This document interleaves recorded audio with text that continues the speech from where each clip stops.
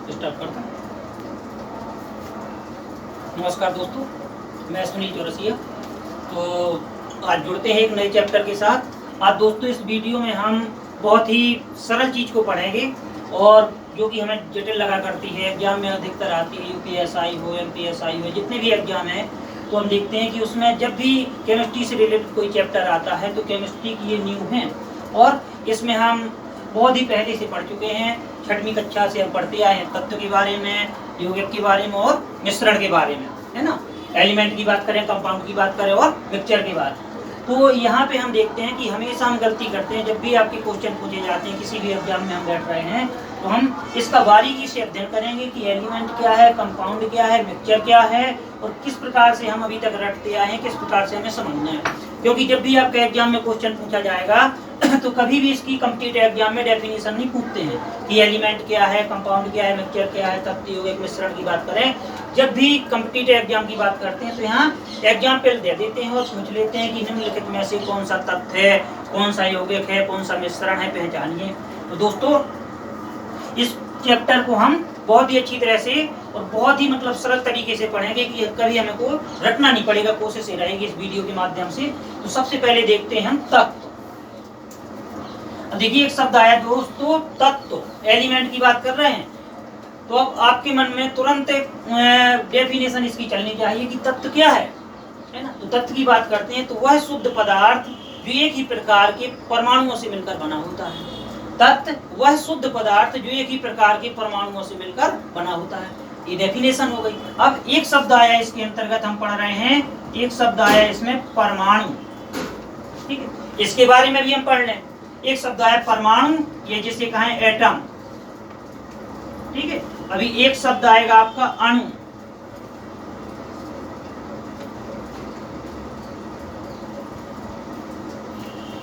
इसके बारे में भी हम पढ़ लें।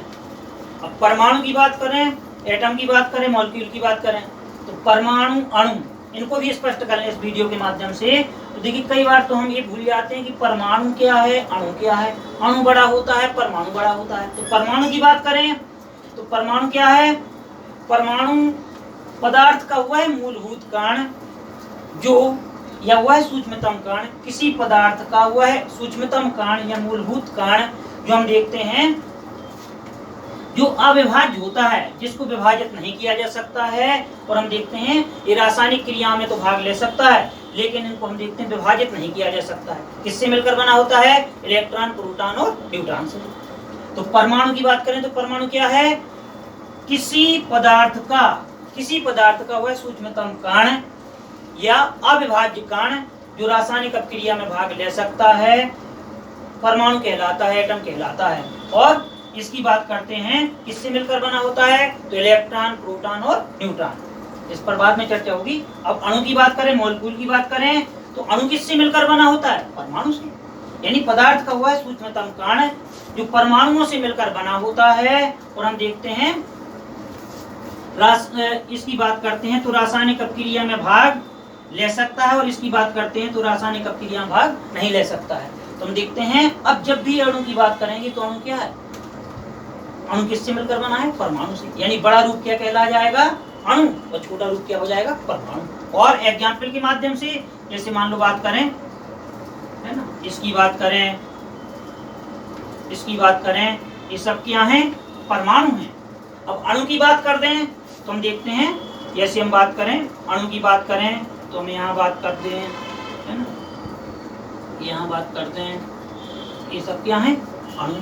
अब हम देख रहे हैं यहाँ हाइड्रोजन एक परमाणु, ऑक्सीजन की बात करें, नाइट्रोजन की बात करें। अब यहाँ हम देखते हैं ऑक्सीजन के 2 परमाणु मिलकर, है ना, या 2 O मिलकर O2 बनाते हैं, जो कि क्या है, ऑक्सीजन का एक अणु।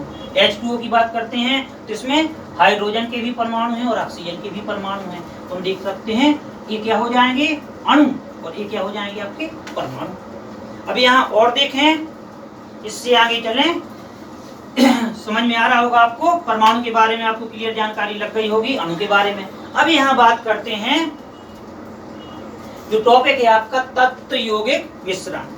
तो देखिए तत्व की जब बात करेंगे तो इनकी जरूरत पड़ेगी, तो हमने इसको इससे पहले पढ़ लिया। अब देखिए तत्व की बात कर रहे थे तो तत्व की डेफिनेशन हमने डिफाइन क्या किया था तत्व को, तो तत्व पदार्थ, किसी भी तत्व की बात करते हैं तो वह शुद्ध पदार्थ एक ही प्रकार के परमाणुओं से मिलकर बना होता है, तत्व कहलाता है। अब तत्व की ही बात करते हैं तो हम देखते हैं, इसी में हम देखते हैं एक शब्द आ जाता है धातु या मेटल की बात करें, है ना, इसी में दोस्तों धातु शब्द आ जाता है, तो इसी में आ जाता है अधातु। या नॉन मेटल की बात करें तो कई बार पूछ लेते हैं, अब जैसे तत्व को हम पढ़ रहे हैं तो तत्व क्या है, पदार्थ का ही रूप है, और पदार्थ की रूप की बात करते हैं तो कैसा, शुद्ध रूप।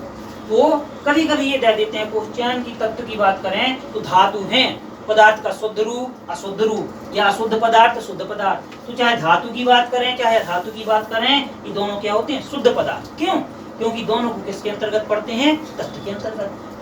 अब और डिटेल से पढ़ें तो धातु की परिभाषा क्या होती है, मेटल क्या होते हैं, जो हम देखते हैं इनकी प्रॉपर्टीज की बात करें तो धातु में क्या होती हैं, हम देखते हैं पदार्थ का या तत्व की बात करें, तत्व का वह रूप जो हम देखते हैं ठोस होता है, और हम देखते हैं कि अधिकतर क्या होते हैं, जो जितनी भी धातुएं होती हैं तो हम देखते हैं कि धातुएं क्या करती हैं, इनमें इलेक्ट्रॉन त्याग करने की प्रवृत्ति पाई जाती है। तो धातुओं की बात करते हैं तो इनमें इलेक्ट्रॉन त्याग करने की प्रवृत्ति पाई जाती है, यानी ये क्या बनाती हैं, धनायन बनाती हैं, कैटायन बनाती हैं। अधातु की बात करते हैं तो हम देखते हैं इनमें मुख्य प्रॉपर्टीज की बात करें इसकी, तो मुख्य गुण इसका क्या हो जाएगा केमिस्ट्री की भाषा में, कि इनमें हम देखते हैं अधातु की बात करते हैं, नॉन मेटल की बात करते हैं तो इनमें क्या होता है कि इनमें इलेक्ट्रॉन ग्रहण करने की प्रवृत्ति पाई जाती है, यानी क्या बनाती हैं, एनायन बनाती हैं, ऋणायन बनाती हैं। जैसे अब बात करें K+, Na+, है ना, या Ca2+, है ना। तो कभी कभी अब हमें ये समझ में नहीं आता है, दे दिया उन्होंने पोटेशियम दे दिया, सोडियम दे दिया, कैल्शियम दे दिया, अब पूछ लेते हैं निम्नलिखित में से कौन सा धात्विक तत्व है। यह तो हम धातु की बात कर रहे हैं तो इनमें सभी में हम देखते हैं ये सब क्या है, कैटायन है, और जो कैटायन होते हैं यानी हम देखते हैं सभी क्या है, धातुएं कहलाती हैं। यानी यहाँ पे हम देख रहे हैं K+ के रूप में, Na+ के रूप में, Ca2+ के रूप में।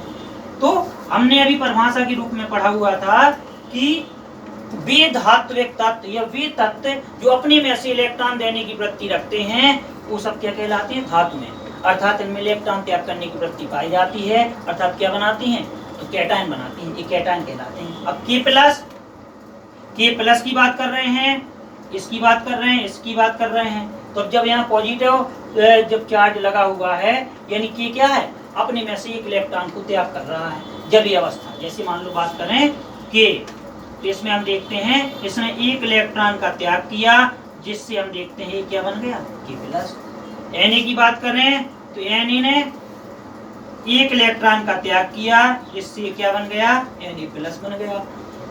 Ca की बात करें तो हम देखते हैं इसने दो इलेक्ट्रॉन की बात करें कि दो इलेक्ट्रॉन का त्याग किया, इसीलिए क्या बन गया, Ca2+ बन गया। यानी जैसे हम बात करें कि कैल्शियम का एटॉमिक नंबर कितना होता है, तो कैल्शियम का कितना होता है, 20। अब 20 की बात करते हैं तो हम देखते हैं कि अब इसमें कितने इलेक्ट्रॉन कितने प्रोटॉन, ऐसे क्वेश्चन आपके पूछे जाते हैं परीक्षाओं में। अब जैसे आ गया Na, कुछ भी K ले लें तो Na, अब Na की बात करते हैं तो Na का एटॉमिक नंबर कितना होता है, तो Na का एटॉमिक नंबर जो होता है 11 होता है। परमाणु क्रमांक Na का कितना होता है, सोडियम का 11। यानी इसमें कितने इलेक्ट्रॉन कितने प्रोटॉन है, तो इसमें 11 इलेक्ट्रॉन है और हम देखते हैं 11 प्रोटॉन है। इसमें जितने इलेक्ट्रॉन होंगे उतने ही प्रोटॉन होंगे। तो दोस्तों कोई भी तत्व की बात करते हैं तो उसमें जितने इलेक्ट्रॉन होते हैं उतने प्रोटॉन होते हैं। अब Na की बात करते हैं तो इसका एटॉमिक नंबर कितना हो गया, 11, परमाणु क्रमांक 11 है, यानी इसमें इलेक्ट्रॉन भी 11 है, प्रोटॉन भी 11 है। अब यदि क्वेश्चन पूछा जाए कि Na+ में कितने इलेक्ट्रॉन कितने प्रोटॉन है, ये आपका परीक्षा में पूछा जाएगा, तो हम ये देख रहे हैं कि इसने किसका त्याग किया है, तो इलेक्ट्रॉन का त्याग किया है, और इलेक्ट्रॉन कितने थे, 11। तो इसमें Na+ की जब बात करेंगे तो इलेक्ट्रॉन कितने हो जाएंगे, 10 हो जाएंगे।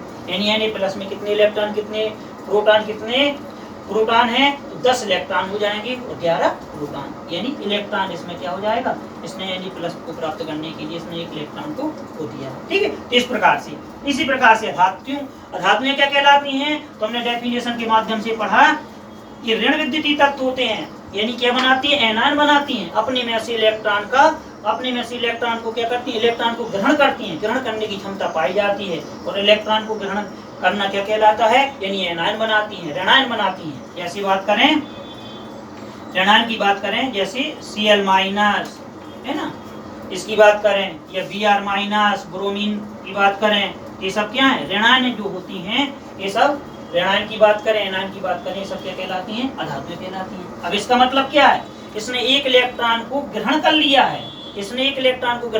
है, है ना। अब जैसे क्लोरीन का एटॉमिक नंबर कितना होता है, 17, यानी क्लोरीन की जब बात करें कि क्लोरीन में कितने इलेक्ट्रॉन कितने प्रोटॉन हैं, तो इलेक्ट्रॉन इसमें कितने हैं, 10 हैं। और प्रोटॉन की बात करें, 17, और इसमें प्रोटॉन की ही बात करें तो हम देखते हैं 17। ठीक है। अब यदि परीक्षा में आपका पूछा जाता है कि Cl माइनस में कितने इलेक्ट्रॉन कितने प्रोटॉन हैं, तो इसने एक इलेक्ट्रॉन को क्या किया है, ग्रहण किया है। क्यों, क्योंकि Cl और plus E minus Cl minus, यानी इसने एक इलेक्ट्रॉन को ग्रहण किया है, यानी ये क्या बना रही है, एनायन बना रही है। तो Cl माइनस में एक इलेक्ट्रॉन की संख्या बढ़ जाएगी, यानी इलेक्ट्रॉन कितने हो जाएंगे, 3, 18, और हम देखते हैं प्रोटॉन कितने हो जाएंगे, 17। दोस्तों समझ में आया होगा।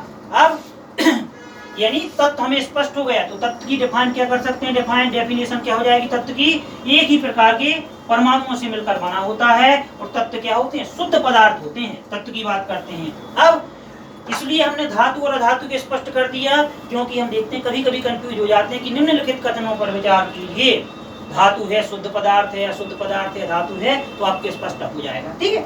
अब जितने भी तत्व होते हैं तो सभी के क्या होते हैं, सिंबल होते हैं, संकेत होते हैं। ठीक है। अब इसकी बात करते हैं यौगिक की। यौगिक क्या है, कक्षा 6वीं से हम परिभाषा पढ़ते आए हैं कि यौगिक क्या है, दो या अधिक पदार्थों के, ठीक है, या दो या अधिक पदार्थों के किसी निश्चित अनुपात में रासायनिक संयोग से बना नया पदार्थ यौगिक कहलाता है। दो या अधिक पदार्थों के निश्चित अनुपात में मिलने से बना पदार्थ यौगिक कहलाता है। इसका जो केमिकल कंपोजिशन होता है वो निश्चित होता है, निश्चित रासायनिक संगठन होता है। ठीक है। तो इसकी बात करेंगे, यौगिक की पहचान क्या होती है, यौगिक की परिभाषा क्या होती है, दो या अधिक तत्वों के पदार्थों के निश्चित अनुपात में रासायनिक संयोग से क्या बनता है, यौगिक बनता है, और इसका निश्चित रासायनिक संगठन होता है। और इसकी बात करते हैं, तो यौगिक की जब बात करेंगे तो क्या है, इसमें तत्व क्या होंगे, दो या अधिक, यानी पक्का है कि किससे मिलकर बना होता है, तो दो या अधिक तत्वों के निश्चित अनुपात में रासायनिक संयोग से बना पदार्थ यौगिक कहलाता है। अब यहाँ पे हम बात करें, यौगिक की बात करें, जैसे जल का फॉर्मूला क्या होता है, H2O, है ना। कुछ भी जैसे बुझा हुआ चूना, बिना बुझा हुआ चूना, है ना, तो जितने भी ये सब क्या हो जाएंगे, यौगिक। इसमें हमें एक बात का याद करना है कि जितने भी सूत्र होते हैं, जिनके भी फॉर्मूला होते हैं, वो सभी क्या होते हैं, यौगिक। और ये सबसे बड़ा कॉन्सेप्ट है, और यहाँ पे आपके क्वेश्चन बहुत आते हैं, पूछ लेते हैं निम्नलिखित में से कौन सा यौगिक है, तो हम देखते हैं कि यौगिक का सूत्र होता है। और जो सूत्र होता है तो हम देखते हैं, अब इसमें हम देख रहे हैं कि इसकी परिभाषा स्पष्ट हो जाएगी कि यौगिक की परिभाषा क्या है, दो या अधिक तत्वों के निश्चित अनुपात में रासायनिक संयोग से बना पदार्थ यौगिक कहलाता है। अभी हम देख रहे हैं, एक तत्व क्या है, हाइड्रोजन है, और एक तत्व क्या है, ऑक्सीजन है। इनका रेशियो क्या है, अनुपात की बात कर रहे हैं तो निश्चित है, क्योंकि हाइड्रोजन के 2 हैं और ऑक्सीजन का 1 परमाणु है। हाइड्रोजन के 2 परमाणु और ऑक्सीजन का 1 परमाणु, यानी यौगिक की परिभाषा क्या हो जाएगी, इसमें लागू हो जाएगी, और ये क्या हो जाएगा, यौगिक। एक और इसकी पहचान होती है कि यौगिक जिससे मिलकर बना होता है, यानी जो अवयवी तत्व होते हैं, तो हम देखते हैं तो मूल यौगिक के गुणधर्म अवयवी तत्वों के गुणधर्म से सर्वथा भिन्न होते हैं। अब अवयवी तत्व की बात करें, अवयवी पदार्थों की बात करें, तो अवयव क्या होते हैं, पार्ट, हिस्सा, जिससे मिलकर कोई पदार्थ बना होता है। तो यौगिक की एक परिभाषा क्या हो जाएगी, यौगिक की मुख्य परिभाषा दूसरी हो जाएगी, यौगिक जिससे मिलकर बना होता है, या उनके जो अवयवी पदार्थ होते हैं, तो हम देखते हैं उनके स्वयं के जो यौगिक के मूल गुणधर्म होते हैं, उसके अवयवी तत्वों के गुणधर्म से सर्वथा अलग होते हैं। जैसे इससे मिलकर बना हुआ है हाइड्रोजन से और ऑक्सीजन से, तो हाइड्रोजन का काम क्या है, जलना, ऑक्सीजन का काम क्या है, जलाना। ठीक है, ये हो गए इनके अवयवी तत्व। और पूरा यदि इसकी यौगिक की बात करते हैं तो इसका काम क्या है, जल का बुझाना। यानी हुए ना तीनों के गुणधर्म अलग। हाइड्रोजन जलता है, ऑक्सीजन जलाता है और पानी क्या होता है, बुझाता है। यदि ब्रह्मांड में हाइड्रोजन ना हो तो कोई भी वस्तु आग ना पकड़ पाए। और यदि ऑक्सीजन की बात करें, हम देखते हैं वायुमंडल में हमारे एटमॉस्फेयर की बात करते हैं, वायुमंडल की बात करते हैं, ऑक्सीजन ना हो तो कोई भी आग ज्यादा देर तक टिक ना पाए। और पानी की बात करते हैं तो बुझाने का काम। इसीलिए आपने देखा होगा छोटी कक्षा में पढ़ते हैं कि क्या कारण है कि कोई वस्तु बुझ जाती है, कवर्ड कर देते हैं, कैंडल को कवर्ड कर देते हैं तो बुझ जाती है। क्यों? क्योंकि जलने के लिए ऑक्सीजन नहीं मिल पाती है। तो हम देखते हैं इसका काम जलाना है, इसका काम जलना है, इसका काम बुझाना है। तीनों के गुणधर्म क्या हो जाएंगे, अलग हो जाएंगे। अब एक शब्द हम पढ़ रहे हैं मिश्रण। अब मिश्रण की हम बात कर रहे हैं तो मिश्रण की परिभाषा क्या हो जाएगी, दो या अधिक तत्वों के या पदार्थों के किसी भी अनुपात में हम देखते हैं किसी भी अनुपात में संयोग करने से बना पदार्थ मिश्रण होता है। इसका कोई रासायनिक संगठन नहीं होता है, ना ही इसका कोई सूत्र होता है। तो दो या अधिक पदार्थों की, ठीक है, पदार्थ तत्व हो सकता है, यौगिक हो सकता है, तो दो या अधिक पदार्थों के किसी भी अनुपात में संयोग करने से बना पदार्थ मिश्रण होता है। ठीक है।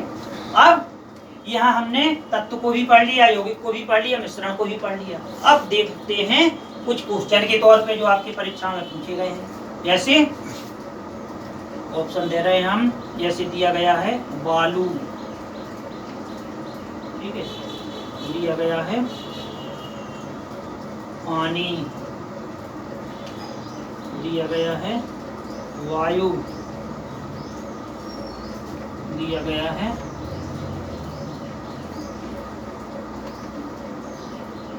ए और सी, दिया गया है कोई नहीं। ऐसे क्वेश्चन आपसे पूछे जाएंगे परीक्षा में। अब क्वेश्चन क्या पूछा जा रहा है इसमें, निम्नलिखित में से, ठीक है, निम्नलिखित में से कौन सा यौगिक नहीं है। क्वेश्चन क्या पूछा गया है आपसे, निम्नलिखित में से कौन सा यौगिक नहीं है।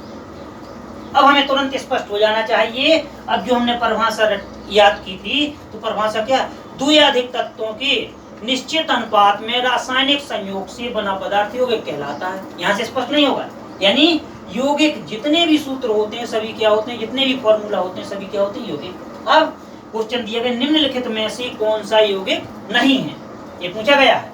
तो हम देखते हैं, ये ऑप्शन है बालू, पानी, वायु, ए और सी, इनमें से कोई नहीं, नन होती। तो हम देखते हैं बालू, ये बालू को क्या कहते हैं हम, सिलिका। तो हम देखते हैं इसका क्या होता है, फॉर्मूला होता है, सूत्र होता है SiO2, यानी पक्का है यौगिक होगा।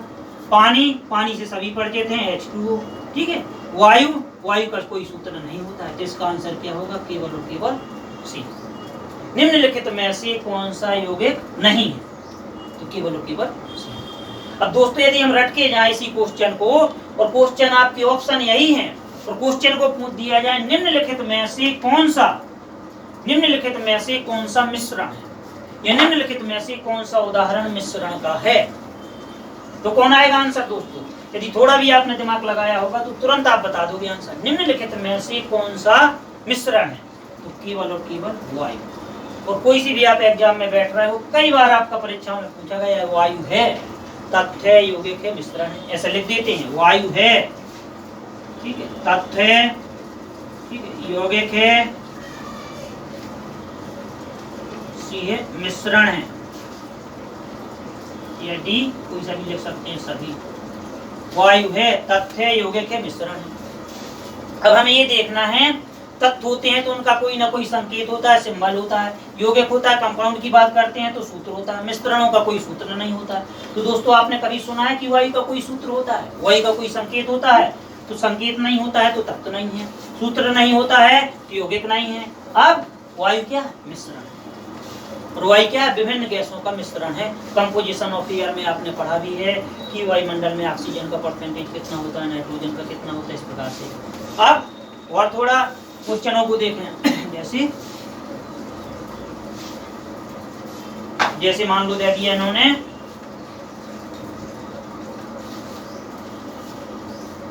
संगमरमर,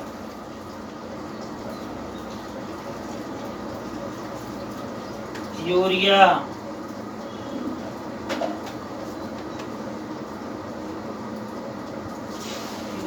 दे दिए समुद्री जल और डी सभी। ठीक है। अब क्वेश्चन क्या पूछ रहे हैं, ये चार ऑप्शन आपके दे दिए। पहले ऑप्शन को दे दिए संगमरमर, यूरिया, समुद्री जल। अब क्वेश्चन आपका क्या कह रहा है, निम्नलिखित में से कौन सा, एक ऑप्शन और लिख सकते हैं इसमें, मान लो कोई नहीं। अब क्वेश्चन क्या है, निम्नलिखित में से कौन सा उदाहरण, इनकी बात कर रहे हैं, निम्नलिखित में से कौन सा उदाहरण मिश्रण का है, या निम्नलिखित में से कौन सा मिश्रण है। आपके सामने रहे ऑप्शन संगमरमर, यूरिया, समुद्री जल, सभी, कोई नहीं। तो हमें देखना है मिश्रण का ना तो कोई संकेत होता है ना कोई सूत्र होता है। यानी संगमरमर की बात करें, संगमरमर का सूत्र होता है, और संगमरमर को क्या कहते हैं, कैल्शियम कार्बोनेट। यूरिया का सूत्र होता है, सभी पढ़ चुके हो, इसी को कार्बामाइड बोलते हैं। और संगमरमर का सूत्र क्या हो जाएगा, CaCO3, और इसका सूत्र क्या होता है, तो NH2CONH2। ठीक है। लेकिन किसी भी बुक में आपने समुद्री जल का सूत्र लिखा हुआ नहीं देखा होगा। तो समुद्री जल क्या है, मिश्रण है, इसमें लवण पाए जाते हैं, साल्ट पाए जाते हैं, मिनरल साल्ट पाए जाते हैं, है ना। सोडियम की बात करें, पोटेशियम की बात करें, आयोडीन की बात करें, तो हम देखते हैं इसका उदाहरण, इसका आंसर क्या हो जाएगा, समुद्री जल। ठीक है। अब आपको ये लग रहा होगा कि अभी सर ने जल को ये बताया था, समुद्री जल की बात हो रही है, समुद्री जल का कोई निश्चित सूत्र नहीं होता, और हम देखते हैं समुद्री जल क्या मिश्रण है, ना कि क्यों। तो इसका आंसर क्या हो जाएगा। और कई प्रकार के क्वेश्चन आपको जब भी आप पेपर सेट लगाओगे तो यहाँ से क्वेश्चन तो रखा मिलेगा ही, और कभी भी परिभाषा नहीं पूछेंगे, केवल कंफ्यूज करेंगे उदाहरण पूछ के। और थोड़ी जाएं तो यहाँ पे कोई सा भी उदाहरण ले लें, जैसे आ जाए आपका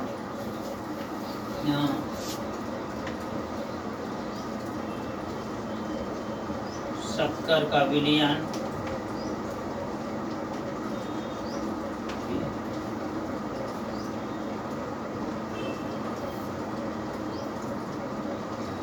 शक्कर एवं पानी लेते हैं,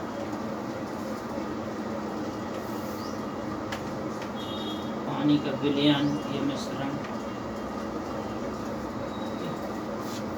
पीतल,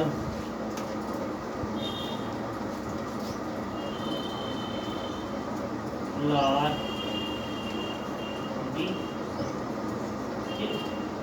ये रहे आपके चार ऑप्शन। पहला ऑप्शन क्या है, शक्कर एवं पानी का विलयन, दूसरा क्या है, पीतल है, और तीसरा लाल। अब इनमें से पूछा गया है निम्नलिखित में से कौन सा उदाहरण मिश्रण का है, ये निम्नलिखित में से कौन सा मिश्रण का उदाहरण। अब आपको दोस्तों, आपको कुछ नहीं देखना, केवल यही ट्रिक लगाना है कि मिश्रण का ना तो सूत्र होता है और ना ही हम देखते हैं इसका संकेत होता है। क्वेश्चन क्या है, निम्नलिखित में से कौन सा मिश्रण का सही उदाहरण है। ए शक्कर एवं पानी का विलयन, तो हम देखते हैं शक्कर और पानी का विलयन का कोई सूत्र कहीं लिखा देखा है आपने, तो इसका कोई सूत्र नहीं होता है। और विलयन जितने भी होते हैं सब क्या होते हैं, मिश्रण होते हैं। पीतल, अब पीतल जब आप मिश्र धातु में पढ़ेंगे तो पीतल क्या मिश्र धातु है, और मिश्र धातु में जितनी भी होती हैं सभी क्या होती है, मिक्सचर होती है, मिश्रण होती हैं। अब पीतल किसका मिश्रण होता है, तो हम देखते हैं तांबा और जस्ता की बात करें तो यानी ये भी मिश्रण है, ये भी मिश्रण है। लार क्या है, लार भी मिश्रण है। यानी लार का ना तो संकेत होता है ना कोई सूत्र होता है, तो आंसर क्या हो जाएगा, सही। दोस्तों क्या करते हैं, जटिल क्वेश्चन पूछते हैं, कई बार हम रट के जाते हैं, वाई को कई बार पूछा है तो जरूरी थोड़ी है कि ये दे दें। अब हमें ये चीज थोड़ा क्या पूरी कंफर्म हो जाना चाहिए कि तत्व यौगिक मिश्रण की पहचान कैसे हमें करना है। और देख सकते हैं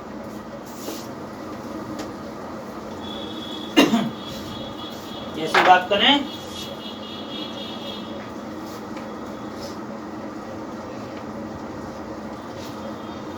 अश्रु गैस, ठीक है, और मार्स गैस,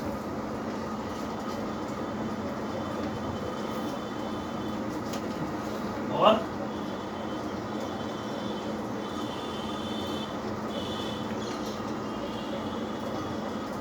सल्फर डाइऑक्साइड।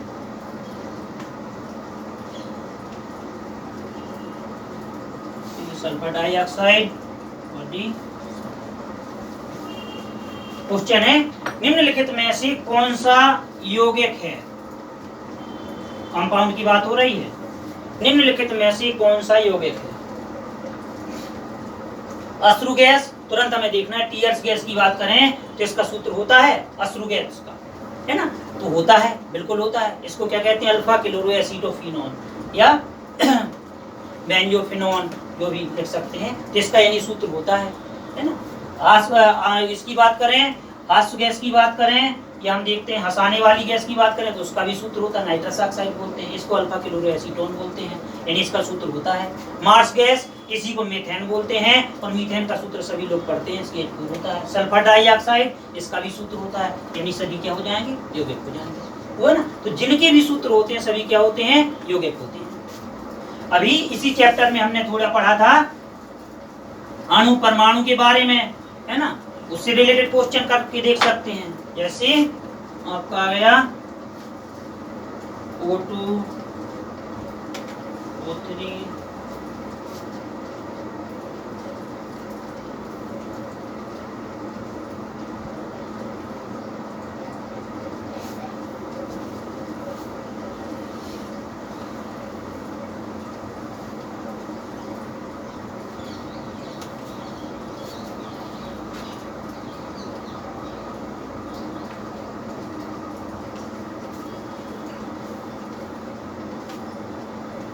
ठीक है।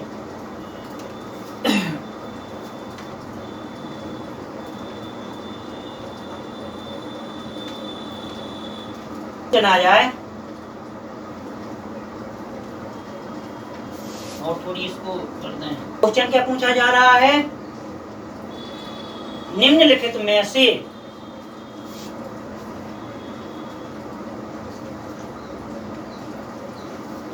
निम्नलिखित में से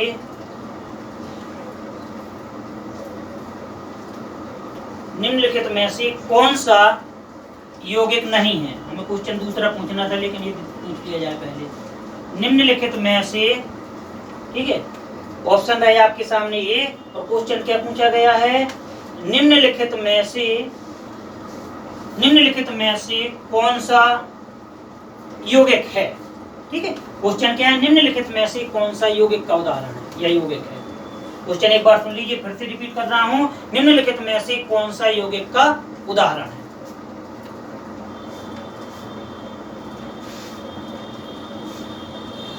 कौन सा यौगिक का उदाहरण है।